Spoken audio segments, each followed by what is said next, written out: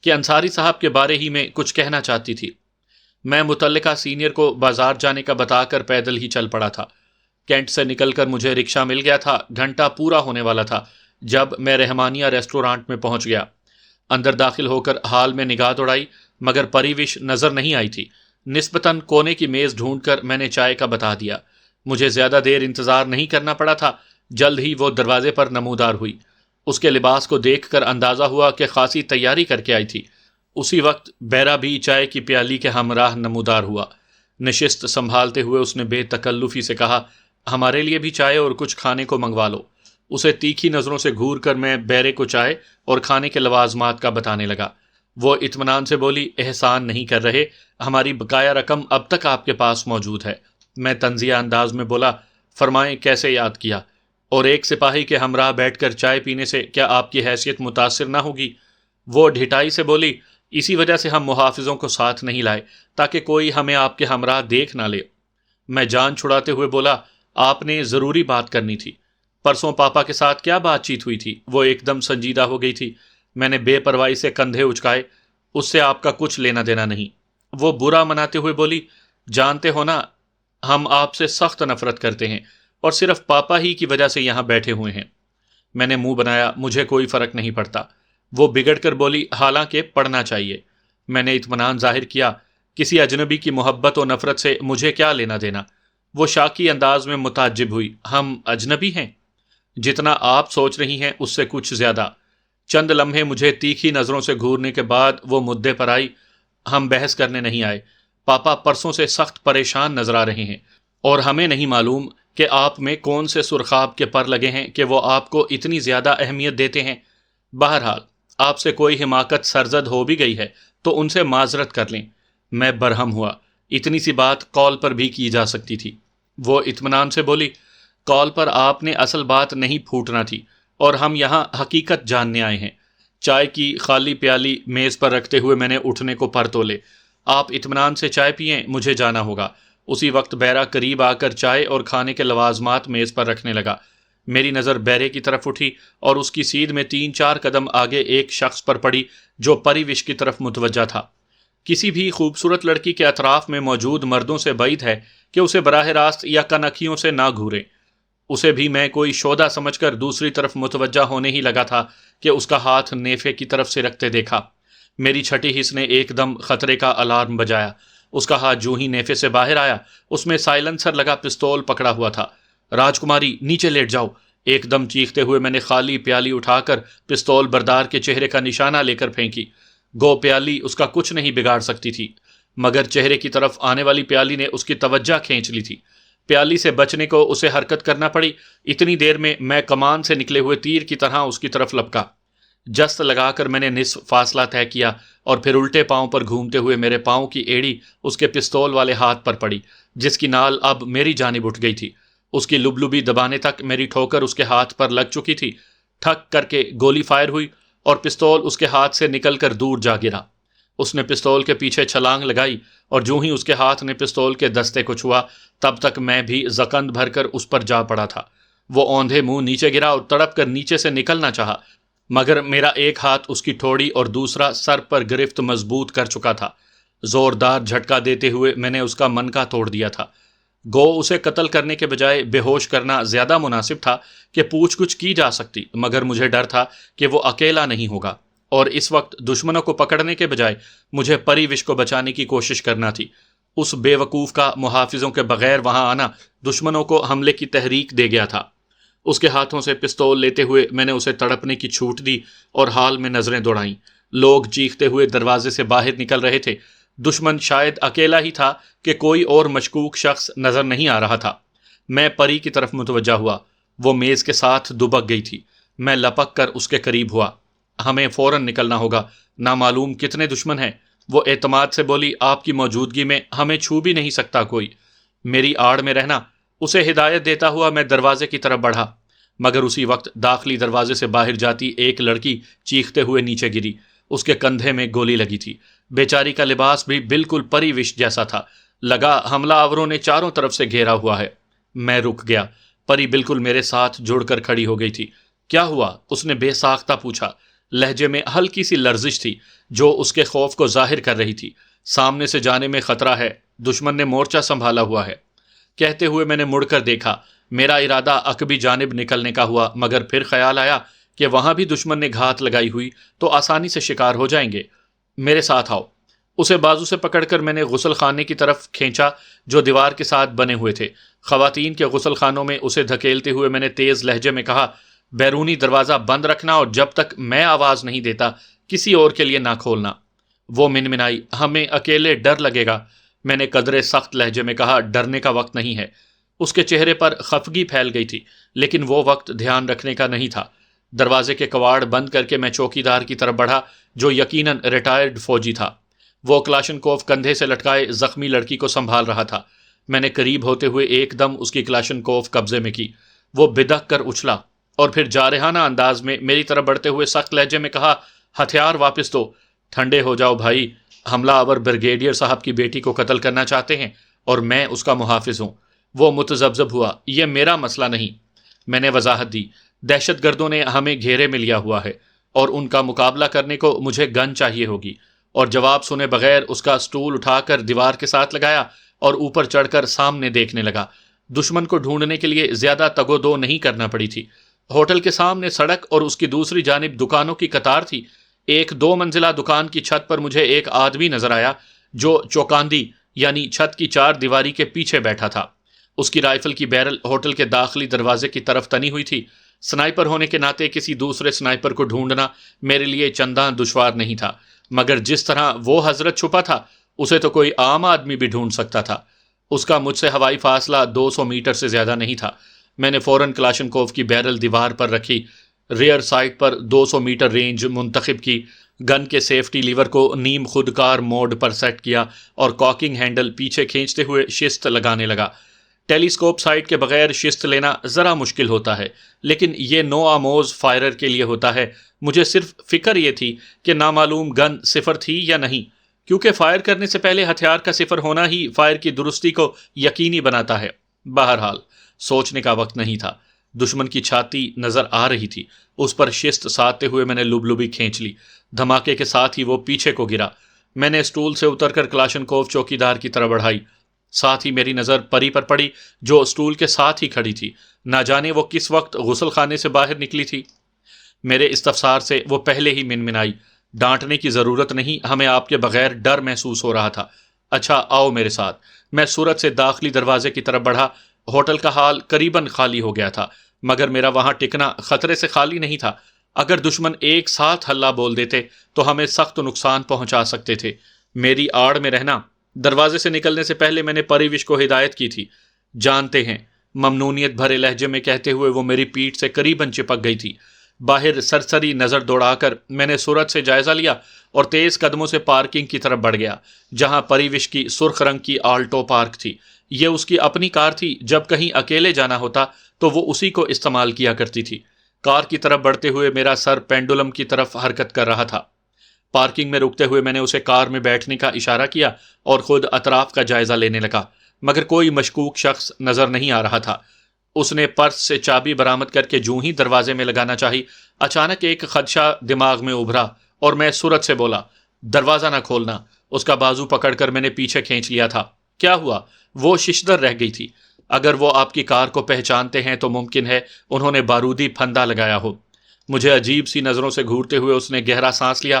تو کیا کرنا چاہیے؟ پولیس پر انحصار کرنے کے بجائے QRF یعنی کوئک ری ایکشن فورس منگوا لیتے ہیں۔ اس نے منہ بسورا۔ پاپا ڈانٹیں گے؟ میں جھلاتے ہوئے بولا، یقیناً سر کا ڈانٹنا قتل سے سخت سزا نہیں ہوگی۔ ہم کچھ نہیں جانتے۔ اس نے فیصلے کا اختیار مجھ پر چھوڑ دیا تھا۔ میں نے حالات کو مد نظر رکھتے ہوئے فوراً انصاری صاحب کو کال کر دی۔ بیٹی پر حملے کا سنتے ہی انہوں نے تفصیل پوچھنا ضروری نہیں سمجھا۔ کال کر کے میں نے قریبی دکان میں پری کو بٹھا کر باہر جانے کی کوشش کی، مگر وہ مجھ سے دور ہونے پر تیار نہیں تھی۔ میں اگر زبردستی چلا جاتا تو اس نے پیچھے پہنچ جانا تھا۔ مجبوراً میں بھی وہیں ٹھہر گیا تھا۔ اس دوران میں پولیس وہاں پہنچ گئی تھی۔ چند منٹ کے بعد QRF کی گاڑیاں بھی ایک کیپٹن کی کمان میں پہنچ گئیں۔ میں پریوش کے ہمراہ ان کی طرف بڑھ گیا۔ ہمارا تعارف سنتے ہی اس نے پری کو ایک گاڑی میں بٹھا دیا تھا۔ میں پریوش کی کار میں بارودی پھندے کی موجودگی کے بارے میں بتانے لگا۔ بارود کے ماہر انجینئر کا ایک نمائندہ QRF کا حصہ تھا۔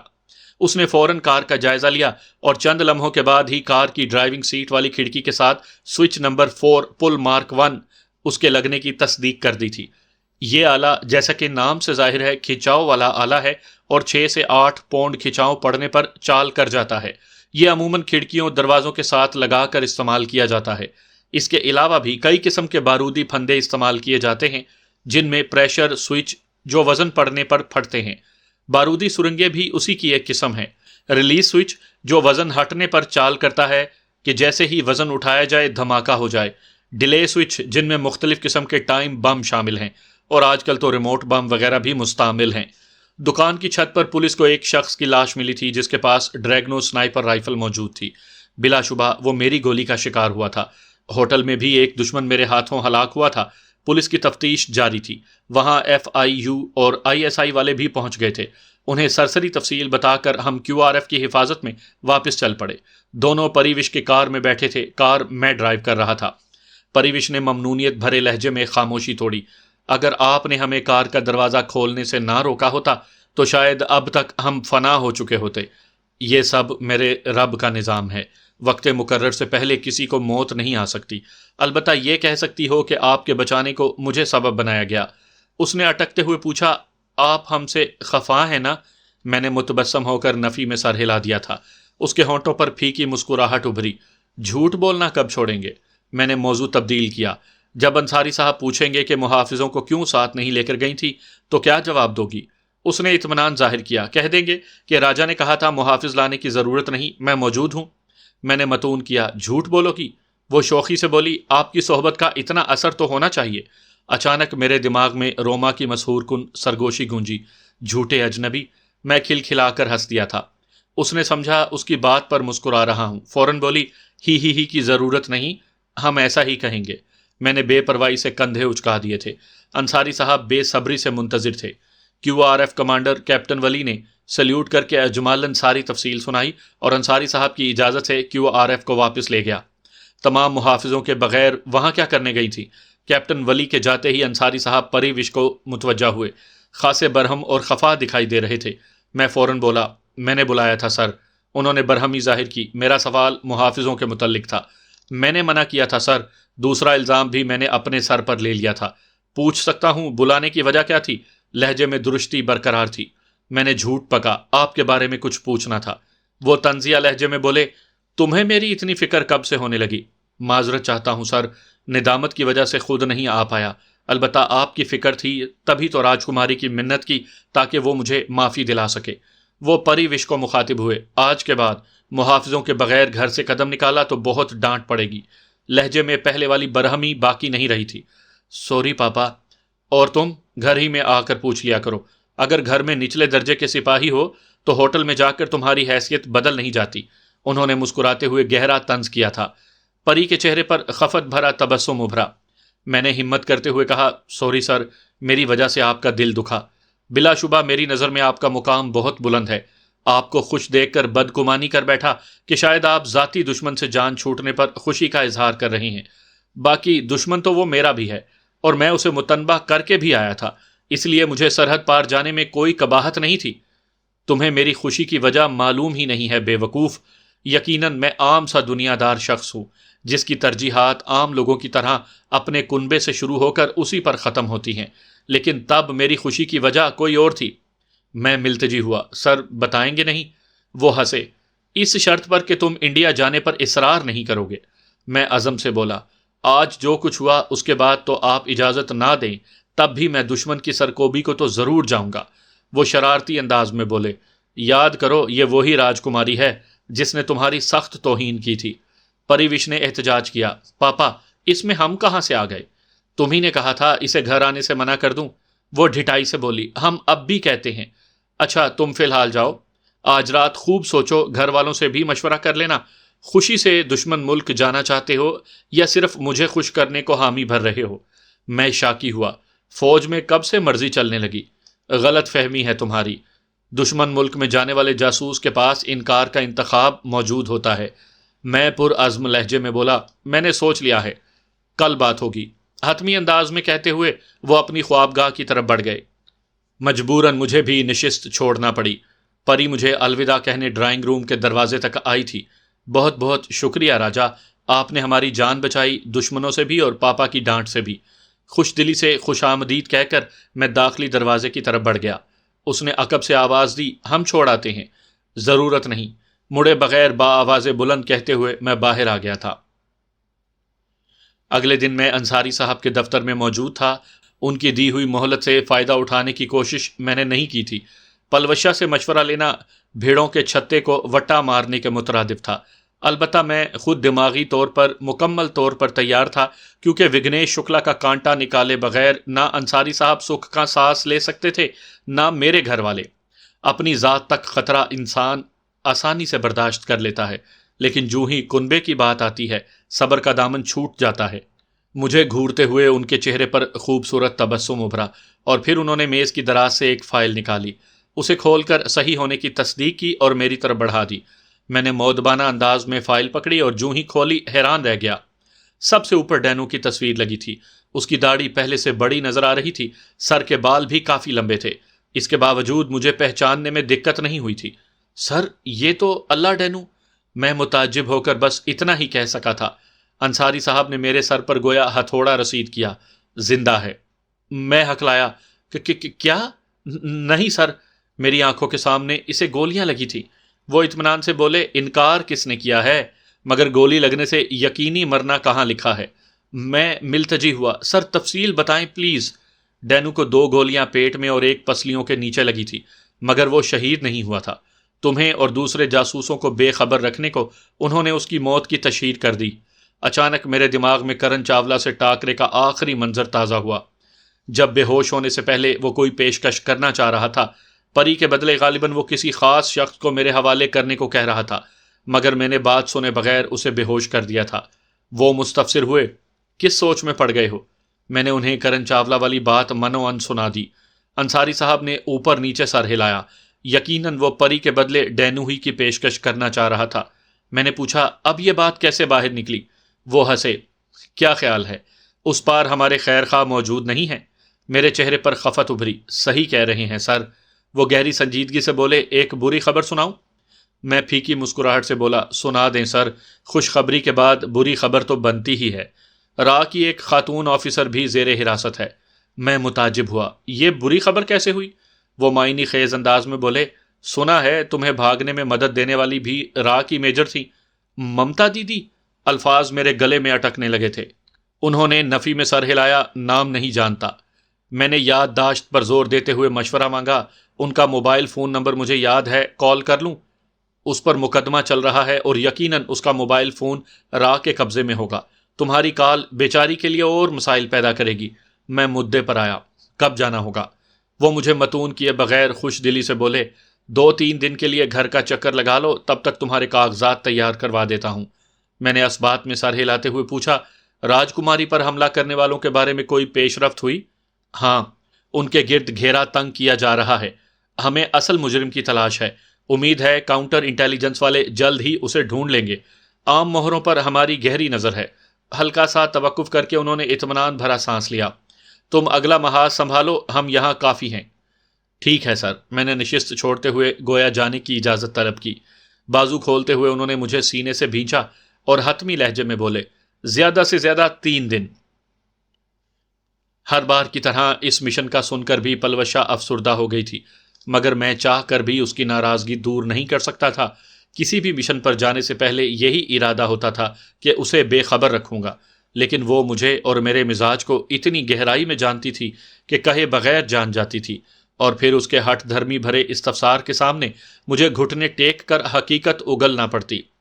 فوجی کی بھی عجیب زندگی ہوتی ہے، نہ بیوی کی محبت سے بھرپور طریقے سے مستفید ہو سکتا ہے، نہ بچوں کے بچپن سے لطف اٹھا سکتا ہے، نہ بوڑھے والدین کی خدمت کر سکتا ہے، اور نہ غمی خوشی کی تقریبات میں شریک ہو سکتا ہے۔ فرض کی ادائیگی میں کہاں کہاں کی خاک چھاننا پڑتی ہے، یہ وہی جانتے ہیں جو اس دشت کی سیاہی کر چکے ہیں۔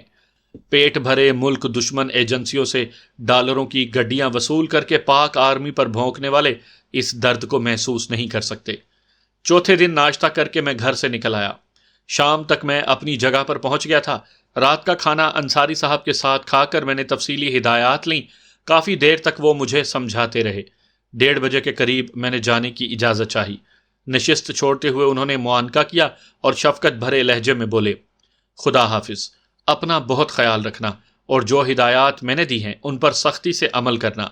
یاد رکھنا تمہیں کورس کروانے کا مقصد یہی تھا کہ دشمن کی چال بازیوں کو اچھی طرح سمجھ سکو۔ میں اعتماد سے بولا، انشاءاللہ آپ کو مایوس نہیں کروں گا سر۔ ہاتھ سے پوچھ کر نہیں آیا کرتے برخوردار، اور نہ تدبیر کی تقدیر کے سامنے چل سکتی ہے۔ میں نے انہیں تسلی دی، اللہ پاک سے اچھے کی امید رکھنی چاہیے سر، وہی تو اکیلا سہارا ہے۔ میں نے ایڑیاں جوڑ کر الوداعی سلوٹ کیا اور نشست گاہ کے دروازے کی طرف بڑھ گیا۔ راجا بات سنو، وہ پری وش کی آواز تھی۔ میں رکتے ہوئے حیرانی سے مڑا۔ وہ خوابگاہ کے دروازے پر کھڑی تھی۔ اس نے شب خوابی کا لباس نہیں پہنا تھا، جس کا مطلب تھا وہ سوئی نہیں تھی۔ انصاری صاحب نے اسے گھورتے ہوئے قدرے شاکی انداز میں کہا، اب تک سوئی نہیں ہو؟ راجے سے کام تھا پاپا، آہستگی سے کہتے ہوئے وہ میری طرف بڑھی۔ انصاری صاحب لا تعلقی سے کندھے اچکاتے ہوئے اپنی خوابگاہ کی طرف بڑھ گئے۔ ان کے چلے جانے پر اندازہ ہوا کہ وہ مجھ پر کس قدر بھروسہ کرتے تھے۔ یقیناً یہ بھروسہ متقاضی تھا کہ میں انہیں کبھی شکایت کا موقع نہ دیتا۔ یہ آپ کے لیے ہے۔ پریوش نے میری طرف ایک پیکٹ بڑھایا۔ میں نے قدرے حیرانی سے پوچھا، یہ کیا ہے؟ وہ متبسم ہوئی، کھول کر دیکھو۔ میں نے خوبصورت پیکنگ اتار کر ڈبے کو کھولا۔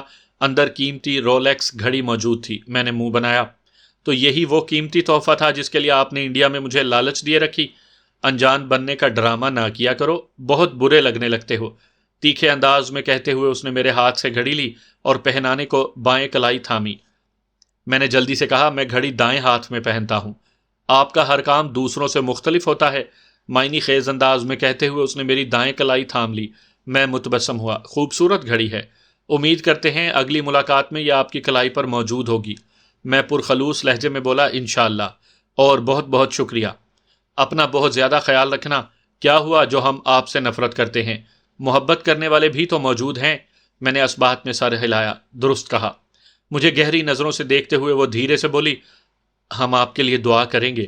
میں نے متون کیا، دعا پر یقین رکھتی ہو؟ وہ صاف گوئی سے بولی، ہاں، پاپا نے ہمارے سارے خدشات کا سدباب کر دیا تھا۔ گزشتہ کئی ماہ سے اس موضوع پر مطالعہ جاری ہے اور اب ہمیں اپنی گزشتہ بے وقوفیوں پر ہنسی آتی ہے۔ ٹھیک ہے، چلتا ہوں۔ اس پر الوداعی نگاہ ڈال کر میں مڑ گیا۔ باہر نکلنے تک مجھے اپنی پشت پر اس کی نگاہوں کی تپش محسوس ہوتی رہی۔ جہاں اللہ ڈینو کی زندگی کا سن کر مجھے بے انتہا خوشی ہوئی تھی، وہیں ممتا دیدی کی گرفتاری کی خبر میرے لیے سہانے روح سے کم نہیں تھی۔ دشمن ملک کی ایجنٹ ہونے کے باوجود انہوں نے مجھے جتنی محبت اور شفقت سے نوازا تھا وہ کسی تعارف کا محتاج نہیں، مگر افسوس یہ تھا کہ میں ان کی کوئی مدد نہیں کر سکتا تھا۔ وہ بھارت کی محب وطن شہری تھی۔ میری حقیقت جاننے کے بعد ہی انہوں نے میری مدد کی تھی، ورنہ اس سے پہلے وہ مجھے گرفتار کرنے میں پیش رہی تھی۔ اب میں انڈیا کی فوجی عدالت میں جا کر اس کا مقدمہ تو نہیں لڑ سکتا تھا، صرف کڑ سکتا تھا یا ان کے لیے اللہ پاک سے خیریت کی دعا مانگ سکتا تھا۔ انڈیا میں اب مجھے 2 مشن درپیش تھے، ڈینو کو رہا کروانا اور وگنیش شکلا کا خاتمہ۔ پچھلی بار انڈیا کے مشن نے کچھ زیادہ ہی طول کھینچا تھا، جس کی وجہ لورا براؤن اور پرما کی اپنے باپ سے بدگمانی تھی۔ اگر صرف دھریندر شکلا کو قتل کرنا ہوتا تو مجھے اتنی مشکل پیش نہ آتی۔ کسی کو قتل کرنے کو ایک سنائپر کئی چور مقام ڈھونڈ لیتا ہے۔ انصاری صاحب نے اس بار مجھے ہوائی راستے سے جانے سے منع کر دیا تھا۔ انہیں ملنے والی انٹیلیجنس رپورٹوں کے مطابق بہت سخت چیکنگ ہو رہی تھی۔ میں صبح سویرے ناشتہ کرنے کے بعد اپنی جگہ سے نکل آیا۔ پری کا تحفہ میں اپنی الماری ہی میں چھوڑ آیا تھا، کیونکہ اتنی قیمتی گھڑی کو آپریشن میں ساتھ پھرانا بے وقوفی تھی۔ سائلنسر لگا زستاوا 30 بور پستول میرے پاس تھا۔ میں سیدھا بس اڈے پر پہنچا اور وہاں سے باغ جانے والی ویگن پکڑ کر باغ روانہ ہو گیا۔ سپہر کو میں باغ پہنچ گیا تھا۔ آگے 76 تک کا چند کلومیٹر کا راستہ ایک ڈاٹسن کے عقب میں لٹک کر طے کیا۔ وہاں متعلقہ یونٹ میں رپورٹ کر کے میں نے مہمان خانے میں رات گزاری۔ اگلے دن یونٹ کی گاڑی مجھے اپنی بٹالین ہیڈ کوارٹر تک چھوڑنے گئی تھی۔ بٹالین ہیڈ کوارٹر قریباً 22 کلومیٹر دور تھا، جسے بہادر کیمپ کہتے تھے۔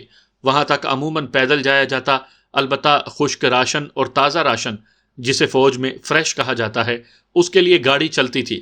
میں بھی فریش کی گاڑی ہی میں بیٹھ کر اوپر تک پہنچا۔ گو مجھے پیدل چلنے میں بھی کوئی مسئلہ نہیں تھا کہ جسمانی محنت سے میں گھبرانے والا نہیں تھا، راستے میں ڈرائیور کے ساتھ گپ شپ ہوتی رہی۔ اس کی زبانی معلوم ہوا کہ سرحد پر حالات کافی کشیدہ تھے اور دو طرفہ فائرنگ آئے روز کا معمول تھا۔ پاک انڈیا سرحد پر یہ جھڑپیں معمول کا حصہ ہیں، کبھی ان میں تیزی آ جاتی ہے اور کبھی حالات ٹھنڈے ہو جاتے ہیں۔ ملک کے سیاسی حالات، دونوں ممالک میں دہشت گردی کے حالات، بین الاقوامی مسائل، دو طرفہ کرکٹ میچ وغیرہ وہ بنیادی مسائل ہیں جو ان جھڑپوں میں بنیادی کردار ادا کرتے ہیں۔ اسی طرح جوانب میں اعلیٰ سطح کے کسی افسر کی تبدیلی اور اس کی جگہ نئے کمانڈر کی آمد یا نئی بٹالین کی تعیناتی بھی جھڑپوں میں اضافے کا باعث بنتی ہے، کیونکہ نئے آنے والے اعلیٰ افسر کی کوشش ہوتی ہے کہ آتے ساتھ دشمن پر روب داب بٹھایا جائے۔ بہرحال دونوں ممالک کو یہ دشمنی ورثے میں ملی ہے، اور اگر ہم اپنی بات کریں تو تقسیم کے بعد دشمن کی طرف سے مسلسل ناانصافیوں کا سامنا، دشمن کا پاکستان کی سالمیت کے خلاف سازشیں کرنا، تقسیم کے وقت مسلمان خاندانوں کے ساتھ بے ایمانہ سلوک کرنا، کشمیر پر ناجائز قبضہ کرنا، کشمیری مسلمانوں کو بنیادی انسانی حقوق سے محروم رکھنا، پاکستان میں دہشت گردانہ کارروائیوں کی پشت پناہی کرنا، جس کے بے شمار شواہد افغان سرحد پر نظر آتے رہتے ہیں، اور عالمی سطح پر ہمیشہ پاکستان کو نیچا دکھانے کی کوشش میں مصروف رہنا، یہ ایسے عوامل ہیں جن کے ہوتے ہوئے انڈیا کو ہم کبھی دوست تسلیم نہیں کر سکتے۔ گو لبرل اور دین بیزار طبقے کی طرف سے امن کی آشا، دوستی، بھائی چارے اور اس طرح کی کافی باتیں سنائی دیتی ہیں، مگر ایسی باتیں کرنے والے بھول جاتے ہیں کہ یہ بکواسیات دو قومی نظریہ ہی سے متصادم نہیں، بلکہ رسول اکرم صلی اللہ علیہ وآلہ وسلم کے فرمان کے بھی منافی ہیں۔ واضح طور پر فرما دیا گیا کہ یہود و ہنود کبھی مسلمان کے دوست نہیں ہو سکتے۔ گرمیاں شروع ہو چکی تھی، سردیوں میں تو اس سرحد کو پار کرنا زیادہ مسائل پیدا کرتا ہے، کیونکہ برف کی وجہ سے راستے بند ہو جاتے ہیں، نہ تو تیزی سے حرکت کرنا ممکن رہتا ہے، نہ اپنی حرکت پوشیدہ رکھی جا سکتی ہے کہ برف پر پاؤں کے واضح نشانات بنتے ہیں جن سے رہنمائی لیتے ہوئے دشمن آسانی سے ڈھونڈ سکتے ہیں، جبکہ گرمیوں میں دشمن کی چہل پہل زیادہ ہونے کے باوجود بچ نکلنے کے مواقع بہت زیادہ ہوتے ہیں۔ جوں جوں ہم بلند ہوتے گئے گرمی کا زور ٹوٹتا گیا، یہاں تک کہ بہادر کیمپ جا کر اچھی خاصی سردی محسوس ہونے لگی تھی۔ پہاڑی علاقے سے میرے دیرینہ تعلقات تھے، تبھی اچھی طرح معلوم تھا کہ کس قسم کے موسمی حالات سے پالا پڑ سکتا تھا۔ اس وجہ سے جرسی اور کوٹ وغیرہ میرے بیگ میں موجود تھے۔ گاڑی کے لیے راستہ نہایت خراب تھا اور 22 کلومیٹر کا مختصر سا فاصلہ طے کرتے ہوئے ہمیں قریباً 2 گھنٹے لگے تھے۔ میرے گاڑی سے اترتے ہی ریجمنٹ پولیس کے حوالدار نے خوش آمدید کہا اور مجھے صوبیدار میجر کے پاس لے گئے۔ رسمی کلمات کی ادائیگی کے بعد اس نے مجھے تشریف رکھنے کی دعوت دی اور چائے منگوا لی۔ ارسلان صاحب، میرے خیال میں تو سرحد پار کرنے کے لیے حالات بالکل موزوں نہیں۔ میں نے اپنا نام ارسلان بتایا تھا، کیونکہ اپنے آدمیوں کے سامنے بھی ہمیں اصل نام ظاہر کرنے کی اجازت نہیں ہوتی۔ اس مقصد کو ہمارے فرضی شناختی کارڈ وغیرہ بنے ہوتے ہیں، اور یہ میں نے حالیہ کورس میں ہی سیکھا تھا۔ اسی وجہ سے صوبیدار میجر عبد القیوم کو اپنا تعارف فرضی نام سے ہی کروایا تھا۔ اس مجبوری سے ہمارے بھائی اچھی طرح واقف ہوتے ہیں، اس لیے زیادہ تجسس سے گریز کرتے ہیں۔ قیوم صاحب نے بھی میری ذات کے متعلق کوئی سوال نہیں پوچھا تھا۔ میں فلسفیانہ لہجے میں بولا، سر، مشن موضوع حالات کا منتظر نہیں ہوتا۔ وہ معترض ہوا، میرا خیال ہے ہر مشن کے ارادے میں کامیابی کو سر فہرست رکھا جاتا ہے، اور ایسے حالات میں آپ جان دینے کے علاوہ اور کچھ نہیں کر سکیں گے۔ میں مستفسر ہوا، تو کیا کرنا چاہیے؟ وہ وضاحت کرتے ہوئے بولا، چند دن پہلے کشمیری مجاہدین نے انڈیا کی 2 پوسٹوں پر حلہ بول کر وہاں موجود پوری نفری کا صفایا کر دیا اور ایمونیشن اور ہتھیار بھی اٹھا کر لے گئے ہیں۔ اس وجہ سے دشمن نے سرحد پر نہ صرف زیادہ نفری تعینات کر دی ہے، بلکہ گشتوں کی تعداد اور دورانیہ بھی پہلے سے بہت بڑھ گیا ہے۔ تازہ حادثہ ہوا ہے، اس وجہ سے دشمن زیادہ چوکس ہے۔ سچ کہوں تو ڈرا ہوا ہے، اور ایسی حالت میں چوکسی اور چوکنا پن نچلے درجے کی سپاہ تک میں پھیل جاتا ہے۔ تو کیوں نہ دومیل، گلتری یا کامری کی جانب سے کوشش کروں؟ میں نے کارگل والی سرحد کا نام لیا۔ وہ اطمینان سے بولا، مہینہ بھر انتظار کرنا پڑے گا، کیونکہ وہاں اب تک برف مکمل نہیں پگھلی ہوگی اور دشمن سے زیادہ برف سے خطرہ ہوگا۔ میں نے نفی میں سر ہلایا، اتنا انتظار نہیں کر سکتا۔ اس نے مشورہ دیتے ہوئے کہا، 1-2 دن ہمارے پاس رہ کر حالات کا جائزہ لو تاکہ آپ کو فیصلہ کرنے میں آسانی ہو۔ باقی سچ کہوں تو آج کل دشمن نے ہمیں بھی سخت بے آرام کیا ہوا ہے، شدید فائرنگ کا تبادلہ معمول کی بات ہے۔ میں نے اس بات میں سر ہلاتے ہوئے کہا، پھر مجھے کسی اگلی کمپنی میں بھجوا دیجیے۔ بٹالین کی کمپنیاں نصف چاند کی شکل میں آگے تعینات تھیں، جبکہ بٹالین ہیڈ کوارٹر چاروں کمپنیوں کے درمیان اور عقب میں لگا ہوا تھا۔ اس نے پوچھا، کیا پہلے اس جانب آنا ہوا؟ میں صاف گوئی سے بولا، قیدہ گلی کی طرف سے 2-3 بار آنے جانے کا موقع ملا ہے۔ اس نے پسندیدگی سے سر ہلایا۔ بالکل، قیدہ گلی کا نالہ باقی اطراف سے زیادہ مناسب ہے۔ میں بھی آپ کو اسی جانب سے سرحد پار جانے کا مشورہ دیتا۔ آپ فی الحال آرام کریں، میں کمانڈنگ آفیسر سے اجازت لے کر صبح آپ کو قیدہ گلی بھجوا دوں گا۔ رات میں نے بہادر کیمپ میں گزاری۔ کمانڈنگ آفیسر لیفٹیننٹ کرنل ملک کلیم سے بھی ملاقات کا موقع ملا۔ تھوڑی دیر گپ شپ کی اور پھر انہوں نے مجھے سونے کی اجازت دے دی۔ فائرنگ کا سلسلہ شام کی اذان سے پہلے شروع ہوا، جو وقفے سے رات بھر جاری رہا۔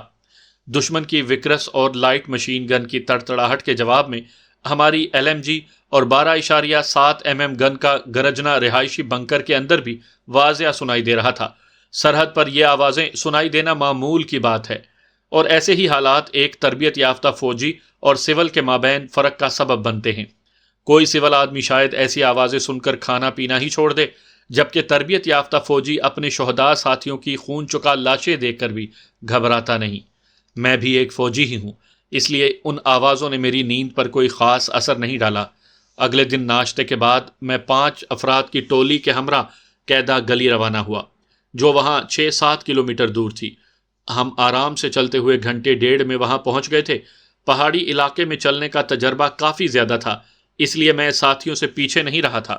دوران گفتگو یہ بھی معلوم ہوا کہ گزشتہ چند دنوں میں ان کے 4-5 جوان زخمی ہو چکے تھے، اور ان دنوں نقل و حرکت کو مکمل آڑ اور فائری خندقوں کے استعمال پر زور تھا۔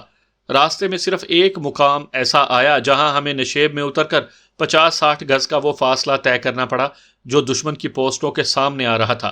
وہ جگہ عبور کر کے ہم قیدہ گلی کی آخری چڑھائی سر کرنے لگے۔ یہاں سردی زیادہ محسوس ہونے لگی تھی۔ میں نے ٹریک سوٹ کے اوپر گرم جرسی پہنی ہوئی تھی۔ گرم ٹوپی یعنی کٹوپ اور مفلر تیز ہوا سے بچنے کو سہارا دے رہے تھے۔ دن کا کھانا کھا کر میں جائزہ لینے نکل گیا۔ اس وقت بھی فائرنگ ہو رہی تھی۔ جوانب سے ٹخ ٹخ کافی دنوں سے معمول بنا ہوا تھا۔ ہم خندق سے چلتے ہوئے آخری مورچے تک گئے۔ صرف پہلے اور آخری مورچے میں ایک پہرے دار موجود تھا، جو LMG کے عقب میں کھڑا ہو کر گاہے گاہے جوابی برسٹ نکال دیتا تھا۔ باقی مورچے خالی پڑے تھے۔ مورچوں کے موکھوں یعنی لوپ ہولز میں سے آگے کا جائزہ لیتا رہا۔ اکا دکا اونچے پہاڑوں کی چوٹیوں پر برف کی سفیدی جھلک رہی تھی۔ نیچے نالوں میں بھی چند ایسے مقامات نظر آئے جہاں اب تک برف موجود تھی۔ میرے ساتھ پوسٹ 2IC صوبیدار اظہر معین خان خود چکر لگا رہا تھا۔ مشورہ دیتے ہوئے کہنے لگا، OP سے آپ زیادہ بہتر طریقے سے اگلے علاقے کا جائزہ لے سکتے ہیں۔ میں متفق ہوا، پھر وہیں چلتے ہیں۔ وہ خوش دلی سے OP کی طرف بڑھ گیا، جسے ہم پیچھے چھوڑ آئے تھے۔ فائری خندق اور OP کے بیچ 10-12 گز کی جگہ ایسی تھی جہاں نظری یا گولی کی آڑ میسر نہیں تھی۔ صوبیدار اظہر نے اطمینان بھرے انداز میں چند قدم لیے تھے، البتہ میں خندق کی آڑ میں رکا رہا، اور جیسے ہی وہ آڑ میں پہنچا میں سرعت سے درمیانی فاصلہ طے کر کے اس کے قریب پہنچ گیا۔ صوبیدار اظہر معین کے ہونٹوں پر معنی خیز تبسم ابھرا۔ ڈر گئے؟ میں نے نفی میں سر ہلایا۔ اسے ڈر نہیں، احتیاط کہتے ہیں۔ اس نے کہا بلند کیا، کچھ نہیں ہوتا یار۔ یقیناً مان لیتا اگر آپ کے 5 بندوں کے زخمی ہونے کی اطلاع نہ ملی ہوتی۔ وہ شاکی ہوا۔ انہیں اس فاصلے کو طے کرتے ہوئے گولی نہیں لگی تھی۔ میں نے وضاحت کی، سر برا نہ منائیں تو میں کہوں گا کہ کسی کو نشانہ بنانے کو یہ فاصلہ کافی زیادہ ہے، اور میں اندازہ نہیں لگا رہا، تجربہ بتا رہا ہوں۔ جانتے ہو، سامنے بلند ترین جگہ پر دشمن کا بٹالین ہیڈ کوارٹر ہے، جس کا فضائی فاصلہ 2 کلومیٹر سے تھوڑا زیادہ ہی ہوگا، اور بائیں یعنی لیفٹ ترکیاں پوسٹ 1.5 کلومیٹر دور ہوگی۔ مجھے نہیں لگتا کہ ان کے پاس ایسا سنائپر موجود ہوگا جو اتنے فاصلے پر شست باندھ کر نشانہ سادھ سکے۔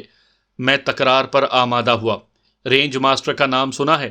وہ فخر سے بولا، کئی بار استعمال کر چکا ہوں، بلکہ OP میں موجود ہے، دیکھ کر یقین کر سکتے ہو۔ کیا؟ میں سرعت سے OP کی طرف بڑھا۔ مجھے تکرار بھول گئی تھی۔ وہ 8x8 فٹ کا بنکر تھا، جس کے دیواروں میں پتھر اور سیمٹ کا استعمال ہوا تھا۔ 2.5 فٹ چوڑی دیوار جس کے گرد 2-3 گز مٹی کی تہ بٹھائی گئی تھی، وہ اینٹی میٹیریل رائفل تو کیا، راکٹ لانچر کے حملے کو بھی سہار سکتی تھی۔ یہ علیحدہ بات کہ دشمن کی پوسٹ سے فاصلے کے لحاظ سے وہ راکٹ لانچر کی رینج سے دور تھی، کیونکہ راکٹ لانچر کی ساکن ہدف کے خلاف رینج 400 میٹر ہے۔ چاپ سن کر پہرے دار میری طرف متوجہ ہوا۔ وہ دوربین آنکھوں سے لگا کر سامنے کا جائزہ لے رہا تھا۔ السلام علیکم سر۔ میرے عقب میں نمودار ہونے والے صوبیدار اظہر معین کو دیکھتے ہوئے اس نے سلوٹ کیا۔ میری نگاہیں مضبوط پلاسٹک کے بنے کالے باکس کی طرف متوجہ تھیں جو مٹی کے ایک تھڑے پر رکھا تھا۔ میں اجازت مانگے بغیر آگے بڑھ کر کیچ کھولنے لگا۔ لمحہ بھر کے بعد میری محبوبہ میرے سامنے تھی۔ میں نے محبت بھرا ہاتھ اس کی مضبوط فولادی باڈی پر پھیرا اور پھر باکس سے باہر نکال لیا۔ میری محویت میں اظہر صاحب مخل ہوئے۔ یقیناً آپ کو پہلی بار رینج ماسٹر دیکھنے کا اتفاق ہوا ہے جو یوں پرجوش ہو رہے ہو۔ میں چونکتے ہوئے اس کی طرف متوجہ ہوا۔ سوری سر، اجازت کے بغیر ہی رائفل باہر نکال لی۔ وہ فراخ دلی سے بولا، کوئی بات نہیں یار، اگر چاہو تو فائر بھی کر سکتے ہو، اور پھر ہنستے ہوئے تنبیہ کی، لیکن دھیان رہے اچھا خاصا جھٹکا لگتا ہے، کبھی کبھار تو اناڑیوں کے کندھے بھی توڑ دیتی ہے۔ مجھے ہنسی آ گئی تھی۔ سچ میں؟ وہ وسوق سے بولا، سچ کہہ رہا ہوں۔ ہمارے اپنے یونٹ کے ایک سپاہی کی ہسلی کی ہڈی ٹوٹ گئی تھی۔ میں نے وضاحت کی، میں نے آپ سے اول الذکر بات کی تصدیق چاہی ہے، یعنی کیا سچ میں فائر کر سکتا ہوں؟ کیوں نہیں؟ وہ قریب ہوا۔ میں آپ کو سمجھاتا ہوں، شاید اس کی ضرورت نہیں ہے۔ میں نے اس کا ہاتھ نرمی سے رائفل کی باڈی سے ہٹایا اور رائفل بمائے لیو پولٹ سائٹ اور بولٹ کے اٹھا کر او پی سے باہر نکل آیا۔ یاد رہے کہ رائفل کو جب بھی پیکنگ باکس میں رکھا جاتا ہے اس کی ٹیلیسکوپ سائٹ اتار دی جاتی ہے اور رائفل کا بولٹ بھی نکال دیا جاتا ہے۔ یہیں موقع سے فائر کر لو نا، حیرانی سے کہتا ہوا وہ بھی میرے پیچھے باہر نکل آیا۔ وہیں سے فائر کروں گا سر، پہلے اسے فائر کرنے کے قابل تو بنا لوں۔ یہ کہتے ہوئے میں نے رائفل کو نیچے رکھ کر ٹیلیسکوپ سائٹ کو پکٹنی ریل پر لگانے لگا۔ میرے مہارت سے چلتے ہوئے ہاتھ دیکھ کر اس نے بے ساختہ پوچھا، لگتا ہے آپ کوئی سنائپر ہیں؟ لوگ میں تو میرے بارے میں ایسا ہی کہتے ہیں۔ ٹیلیسکوپ فٹ کر کے میں نے جوان کو آواز دے کر گراؤنڈ شیٹ یعنی نیچے بچھانے والی سرکاری دری کو کہتے ہیں وہ مانگی جو رینج ماسٹر کے باکس کے نیچے بچھے دیکھی تھی۔ جی سر، یہ کہہ کر وہ گراؤنڈ شیٹ باہر لے آیا۔ میں رائفل کو بور سائٹنگ کے لیے تیار کرنے لگا۔ میں پہلے بھی بتا چکا ہوں کہ کسی بھی ہتھیار سے درست فائر کرنے کے لیے اس کی صفرنگ یعنی زیروئنگ کی جاتی ہے، جس کے عام طور پر دو طریقے مستعمل ہیں، ایک فائر کر کے اور دوسرا بغیر فائر کیے یعنی بور سائٹنگ سے، اور مؤخر الذکر طریقہ رائفل کو جلدی زیرو کرنے کے لیے بہت مفید ہے۔ سگریٹ کی ڈبی پر کوئلے سے جمع کا نشان بنا کر میں نے 60-70 میٹر کے فاصلے پر ایک مورچے کی دیوار کو ساتھ لگایا اور ضروری کارروائی کرنے کو رائفل کے عقب میں لیٹ گیا۔ رائفل زیرو کرنے میں مجھے چند منٹ سے زیادہ نہیں لگے تھے۔ فائر کرنے کے لیے میں نے موقع کو استعمال کرنے کے بجائے او پی کی چھت کو ترجیح دی تھی، کیونکہ موقع میں دکھاؤ محدود ہونے کے ساتھ رائفل صحیح طریقے سے فٹ بھی نہیں ہو پا رہی تھی۔ یوں بھی لیٹ کر فائر کرنا مجھے زیادہ پسند ہے۔ میری دلچسپی اور شوق دیکھتے ہوئے صوبیدار اظہر نے میگزین سے ایمونیشن کا نیا ڈبہ منگوا لیا تھا۔ ایمونیشن کے ہمراہ ڈراپ چارٹ موجود تھا۔ ہر اچھی کمپنی ایمونیشن کے ساتھ ڈراپ چارٹ ضرور دیتی ہے۔ زیادہ تر سامعین کے لیے ڈراپ چارٹ یقیناً نئی اصطلاح ہوگی۔ سادہ الفاظ میں وضاحت کروں تو ہر کمپنی گولیوں میں جو بارود بھرتی ہے وہ اپنے مخصوص پیمانے کے مطابق بھرتی ہے، اور اس ایمونیشن کے مطابق کتنے فاصلے کے لیے کتنے کلکس ٹیلیسکوپ سائٹ پر لگائے جائیں گے اس کا چارٹ بھی ساتھ ہی مہیا کرتی ہے، جسے ڈراپ چارٹ کہتے ہیں۔ ڈراپ چارٹ دستیاب نہ ہونے کی صورت میں ہر مستند سنائپر اپنا فائرنگ ٹیبل بھی بنا سکتے ہیں، لیکن اس کے لیے ایمونیشن رینج اور وقت درکار ہوتا ہے۔ یہ بھی یاد رکھیں کہ یہ باریکیاں صرف سنائپنگ ہی میں دیکھی جاتی ہیں، اسالٹ رائفلوں میں یہ بکھیڑے نہیں ہوتے۔ اظہر صاحب مستفسر ہوئے، ارسلان بھائی میری ضرورت ہے یا میں او پی ہی سے جائزہ لیتا رہوں؟ میں سنبھال لوں گا سر، اعتماد سے کہتے ہوئے میں نے میگزین بھری اور رائفل پر چڑھا کر عقب میں لیٹ گیا۔ فاصلہ وغیرہ میں پہلے سے ناپ کر ایلیویشن ناپ پر مطلوبہ ریڈنگ لگا چکا تھا۔ بٹالین ہیڈ کوارٹر کا فاصلہ 1972 میٹر بنا تھا۔ رائفل کا بٹ کندھے میں پھنسا کر مونو پارٹ کو کندھے کے مطابق ایڈجسٹ کیا، کندھے کو آگے دبا کر رائفل کو دو پائی اور کندھے کے شکنجے میں جکڑا اور ہدف کی تلاش میں آئی گلاس سے مناسب فاصلہ یعنی آئی ریلیف رکھ کر گال بٹ پر ٹیک دیا۔ 2 کلومیٹر کا فاصلہ سمٹ کر قریب آ گیا تھا۔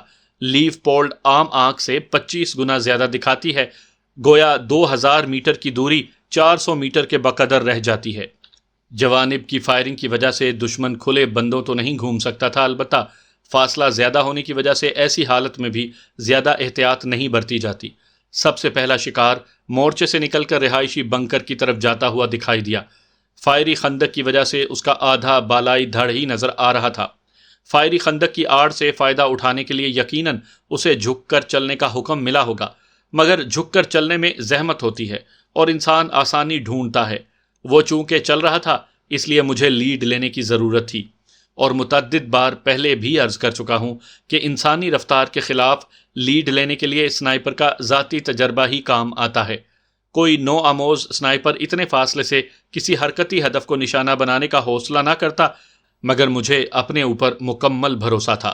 البتہ سر کے بجائے میں نے کندھوں پر شست سادھ لی تھی۔ لبلبی دباتے ہی گولی چلنے کا دھماکہ ہوا۔ رائفل کے بٹ نے میرے کندھے پر محبت بھری دستک دی اور اس کے ساتھ ہی میں نے ہدف کو غائب ہوتے دیکھا۔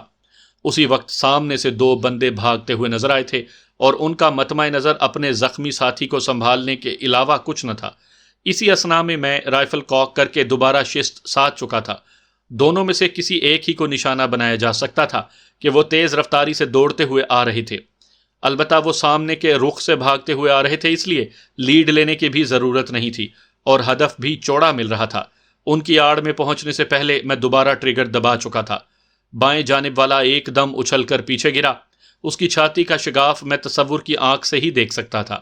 اس کے ہمراہ آنے والا ٹھٹک کر ساکن ہوا، مگر میرے رائفل کاک کرنے تک وہ آڑ پکڑ کر غائب ہو چکا تھا۔ قربان شم وروا، قربان جاؤں بھائی، صوبیدار اظہر صاحب نے مادری زبان میں نعرہ بلند کیا۔ اس کا تعلق کرک سے تھا۔ لمحہ بھر کے بعد وہ چھت پر پہنچ کر میرے بازو میں لیٹ چکا تھا۔ لیٹے لیٹے میری پیٹھ تھپ تھپاتے ہوئے اس نے تحسین آمیز لہجے میں اعتراف کیا، منم و روا منم، مانتا ہوں بھائی مانتا ہوں۔